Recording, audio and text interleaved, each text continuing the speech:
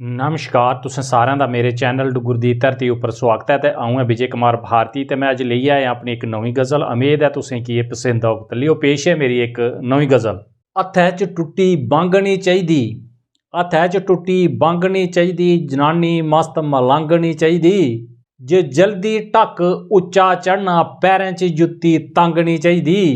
हत्थै च टुट्टी बंग नी चाहिदी, जनानी मस्त मलंग नी चाहिदी।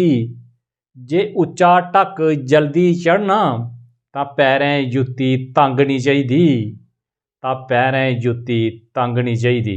दुनिया च बदनामी शा बचना होऐ, दुनिया च बदनामी शा बचना होऐ तां दुए दी जनानी संग नी चाहिदी। ते कुसै दी चोरी पकड़नी होऐ ते माह्नुएं लग्गी खंघ नी चाहिदी। जे कुसै दी चोरी पकड़नी होऐ तां लगदी माह्नुएं गी खंघ नी चाहिदी। हत्थै च टुट्टी दी बंग नी चाहिदी, जनानी मस्त मलंग नी चाहिदी। जे उच्चा ढक जल्दी चढ़ना तां पैरें च जुत्ती तंग नी चाहिदी। दुनिया च सुख शांति रौंह्दी भारती, दुनिया च सुख शांति रौंह्दी भारती।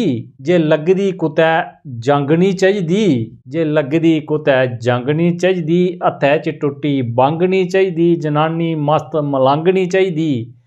जे उच्चा ढक जल्दी चढ़ना तां पैरें च जुत्ती तंग नी चाहिदी, तां पैरें च जुत्ती तंग नी चाहिदी।